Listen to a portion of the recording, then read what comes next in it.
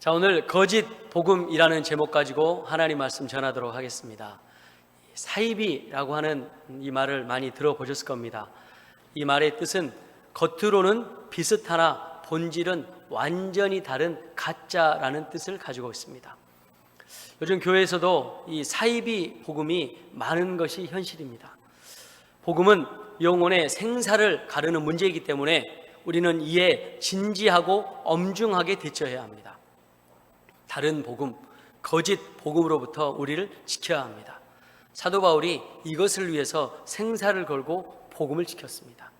그리고 이 거짓 복음에 휘말려 있는 갈라디아 교회에 편지를 보냈습니다. 오늘 소개되는 갈라디아는 로마의 행정구역으로 소아시아 중앙에 위치해 있고 남북으로 길게 뻗어 있는 그런 지역입니다. 갈라디아라고 하는 이 명칭의 유래는 BC 3세기경 오늘날의 프랑스 지역을 가리키는 갈리아 사람들이 이 지역에 이주해서 살았던 데서 유래합니다. 그리고 이후에 로마가 정복한 후에 갈라디아라고 부르기 시작해서 갈라디아가 됐습니다. 이 갈라디아는 북부와 남부 문화가 완전히 달랐습니다. 북부 갈라디아는 프랑스의 혈통과 문화가 짙게 남아있고, 또 남부 갈라디아는 다양한 민족들이 이주해서 혼합적인 성격의 문화가 자리를 잡고 있었습니다. 그래서 3세기 말에는 남북이 갈라져서 행정구역이 다르게 움직였습니다. 자, 이런 지역에 바울이 1차 전도 여행 기간인 AD 47년경에 갈라디아 교회를 세웠어요. 그가 다시 방문했을 때 이 갈라디아 교회는 거짓 복음, 다른 복음으로 복음이 변질되어 있는 상황 가운데 놓여 있었습니다. 자, 바울은 오늘 갈라디아서의 시작을 내 사도직은 사람에게서 난 것이 아니라 라고 이야기합니다. 그리고 1절에 오직 예수 그리스도와 그분을 죽은 사람들 가운데서 살리신 하나님 아버지로 인해서 사도가 되었다라고 표현합니다. 그리고 이 사명은 하나님으로부터 시작됐다라고 증언했습니다. 그래서 바울의 구원이 예수님께로부터 났고 사명도 하나님께 받은 것이 확실하다라고 지금 확증하고 있습니다. 그리고 바울은 갈라디아 교회에 보내는 편지 첫 부분에 이렇게 복음에 대해서 분명하게 지시했습니다. 자, 지금 갈라디아 교회가 복음이 아닌 다른 복음으로 떠나 있는 그런 심각한 상황입니다. 그래서 사도 바울이 여러 지역에 서신서를 쓸 때 내가 너에게 안부를 묻는다, 감사하다, 이런 표현들을 많이 썼는데 오늘 갈라디아서에는 그런 내용이 없습니다. 그만큼 복음이 변질돼서 긴박한 상황이었어요. 그들이 잘못 알고 있는 복음이 무엇인지 분명하게 이야기해주고 복음에 대해서 선포하고자 하는 사도 바울의 의도가 들어있습니다. 자, 복음을 간략하게 정의하면 무엇일까? 바울은 복음을 예수 그리스도의 대속적 죽음이다 라고 표현했습니다. 복음은 죄 없으신 하나님의 아들 예수님이 우리 죄를 위해서 십자가에 달려 죽으시고 부활하신 것을 말합니다. 그래서 복음은 십자가와 부활을 믿는 것입니다. 그리고 예수님을 믿는다고 하는 것은 이런 사랑을 베푸신 예수님을 나의 구원자 주님으로 영접하는 것입니다. 그럴 때 십자가에서 내 죄가 사해지고 부활을 통해서 하나님 나라에서 영원히 살 수 있게 되는 것입니다. 이것이 복음입니다. 이것을 믿어야 하나님의 자녀가 되고 천국에 갈 수 있습니다. 이 외에 다른 것은 복음이 아니에요. 다른 것을 믿어도 천국에 갈 수 있다고, 그곳에 구원이 있다고 하는 것은 다른 복음, 거짓 복음입니다. 사람의 죄를 대속하기 위해서 죄인과 같은 형벌을 받으신 예수 그리스도의 대속적인 죽음만이 진정한 복음이라는 것입니다. 자, 예수님께서 우리를 위해서 십자가에 달려 죽으셨죠. 이것은 가장 기쁜 소식이었습니다. 이 기쁜 소식을 갈라디아 교회는 버려버리는 말도 안 되는 일이 지금 일어났습니다. 갈라디아 교회 거짓 복음이 신앙을 교란시켰어요. 여기서 교란시키다라고 하는 말은 두렵고 떨게 하다라고 하는 의미예요. 복음을 교란시켜서 성도들이 하나님을 제대로 믿지 못하게 하는 것입니다.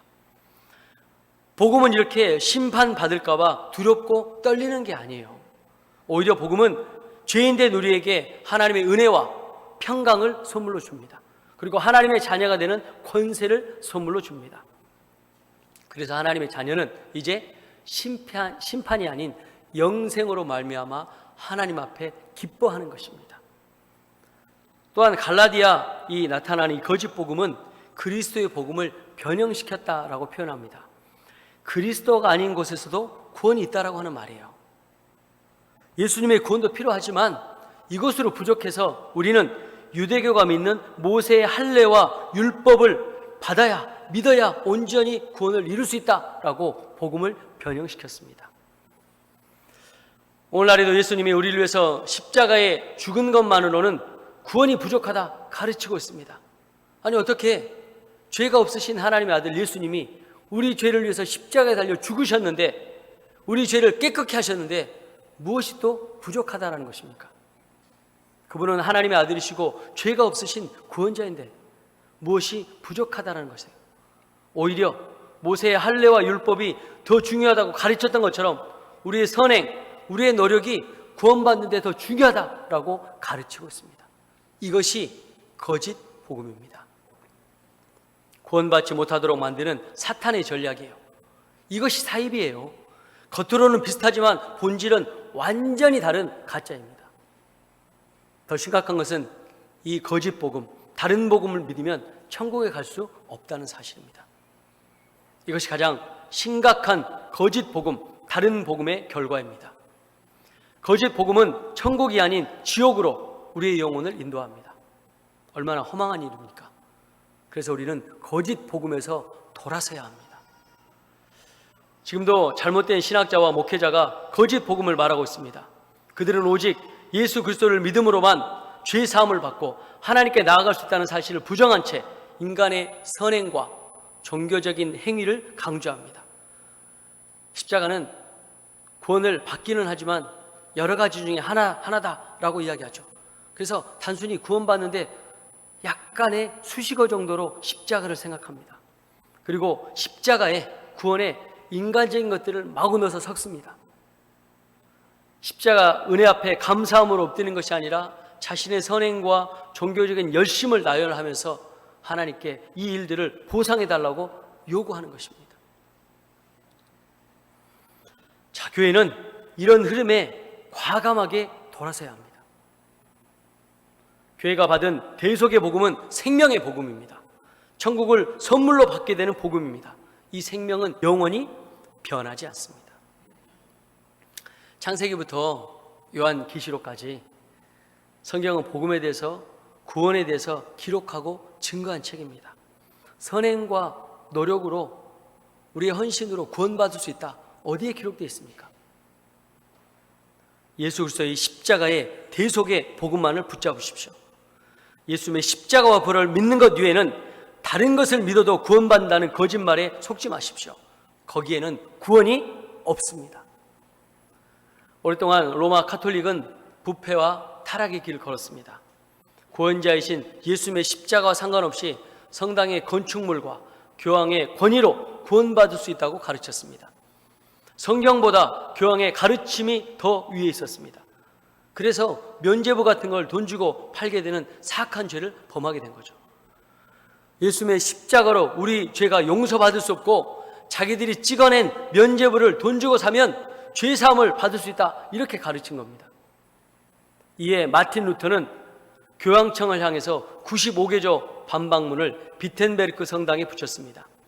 마틴 루터의 종교 개혁의 핵심을 요약하면 5가지로 요약할 수 있습니다. 첫 번째는 솔라 스크립투라입니다. 오직 성경으로라는 뜻이에요. 성경은 우리 삶의 최고의 선물이고 최고의 권위입니다. 사람의 이론을 해서 만들어진 것이 아니라 성령의 감동을 통해서 지어진 책이 성경책입니다.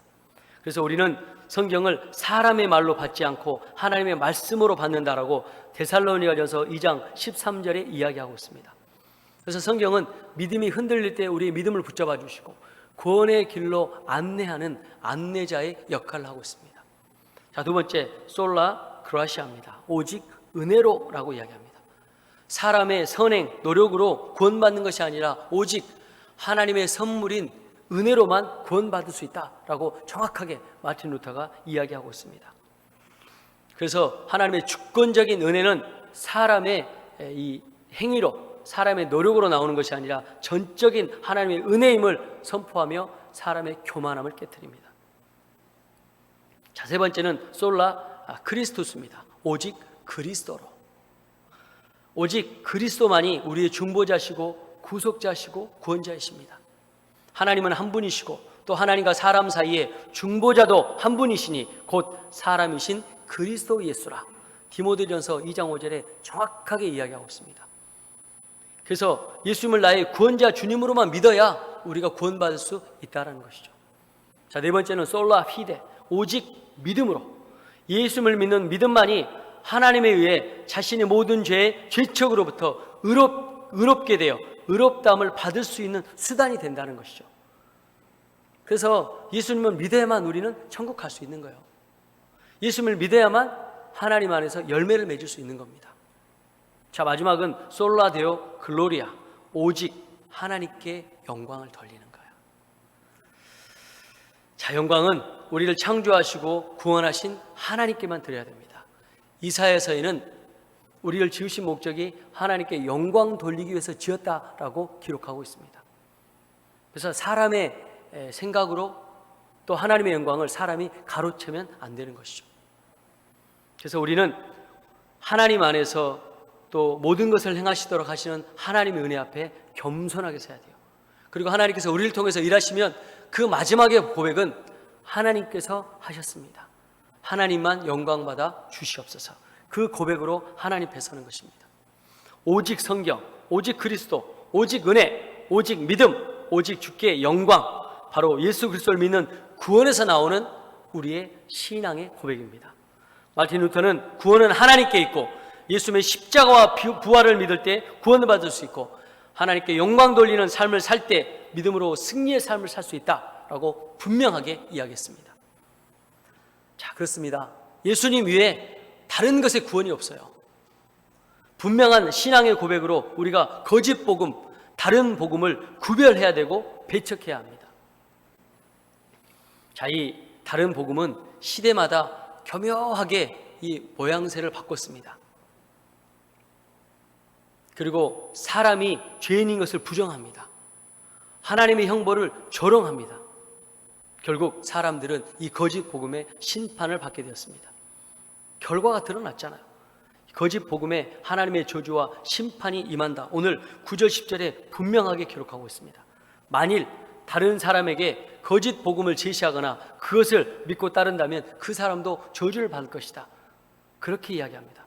진리를 분별하며 대속의 십자가만 의지합니다. 절대로 우리의 노력, 선행, 기독교의 배경, 물질, 내 업적으로 구원받지 못합니다. 우리 부모님의 신앙으로 내가 구원받지 못하는 거예요.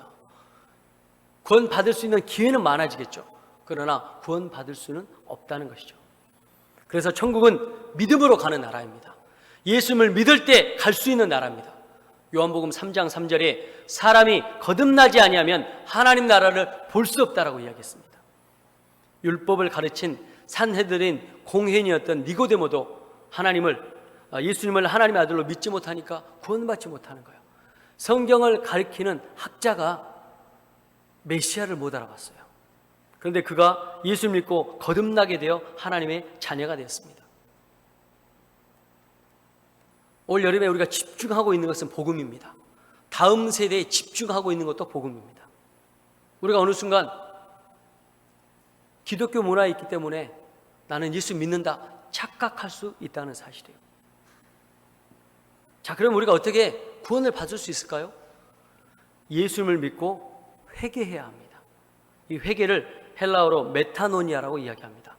이 말의 뜻은 완전히 돌아선다라고 하는 뜻이 있어요. 우리가 예수 믿으면서도 여전히 세상을 사랑하고 내 삶이 변화되지 않는다고 하면 우리는 회개한 게 아니에요. 우리는 원죄로부터 구원받는 게 아닙니다. 아담이 짓고 있던 하나님처럼 되고자 선악과를 따먹었던 그 죄에서 우리는 완전해진 게 아니에요. 우리가 하나님의 자녀가 되었다고 하는 것은 하나님을 사랑할 수 있는 존재가 되었다는 거예요. 그래서 세상보다 예수님을 더 사랑하는 존재로 바뀐 겁니다. 그런데 여전히 내가 내 인생의 주인이고 내가 하고 싶은 대로 신앙생활을 하는 것은 예수님의 십자가와 부활로 변화된 게 아니에요.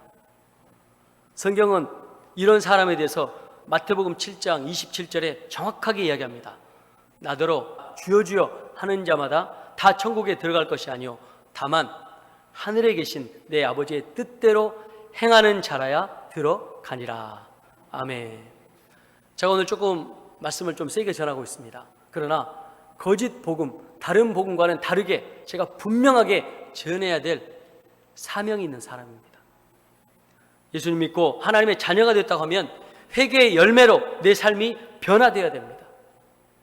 내가 내 마음대로, 내 뜻대로, 내가 하고 싶은 대로 신앙생활을 하는데 성령께서 내 안에서 책망하지 않는다. 나는 아직 그리스도인이 아닙니다. 나는 아직 예수님 믿는 게 아닌 거예요.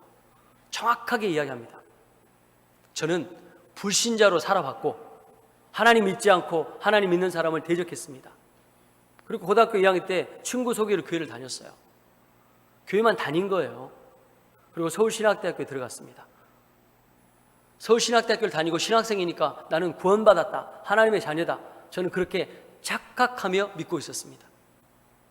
근데 군대에 있을 때 마음에 공허함이 있는 거예요. 어떨 때는 하나님 믿는 것 같고 어떨 때는 안 믿는 것 같고, 이런 내가 어떻게 목회자가 될 수 있을까 심각하게 고민하고 기도했습니다.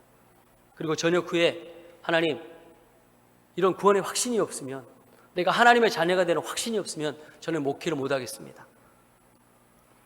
그런데 제가 지금 당장 그만둘 수는 없고 제가 새벽마다 작정해서 기도하겠습니다. 그리고 기도했어요. 하나님 앞에 하나님 만나달라고, 예수님 만나달라고, 구원의 확신이 흔들리지 않고 십자가와 부활로 승리하게 해달라고 기도했습니다. 근데 그해 가을에 하나님 저를 만나주셨어요. 예수님께서 나를 위해서 십자가에 달려 돌아가신 그 은혜가 믿어지는 거예요. 경험되어지는 거예요. 그리고 막 회개했어요. 내 인생의 주인 저였습니다. 내 마음대로 살았던, 내가 원하는 대로 신앙생활을 했던 내 죄를 용서해 주십시오. 회개하고 또 회개했습니다. 근데 놀라운 사실이 뭔지 아십니까? 그렇게 하고 또 내 마음대로 살려고 하면 성령께서 내 안에서 책망하시는 거예요. 내가 너 사랑한다, 이건 죄다, 이렇게 이야기하시는 거예요. 한 번도 경험하지 않았던 예수님의 책망, 성령의 책망이 내 심령 가운데 들려오는 거예요. 그리고 내가 그 길에서 돌아서지 않으면 제 삶에 문제를 하나님께 주시는 거예요. 어려움을 주시는 거예요. 아, 내가 살아있구나, 내가 하나님의 자녀이구나. 성령께서 내 안에 책망합니다. 내가 죄 가운데 빠져 있으면 성령께서 책망해요. 내가 하나님의 자녀이기 때문에 하나님께서 이렇게 저와 여러분에게 말씀하시는 겁니다.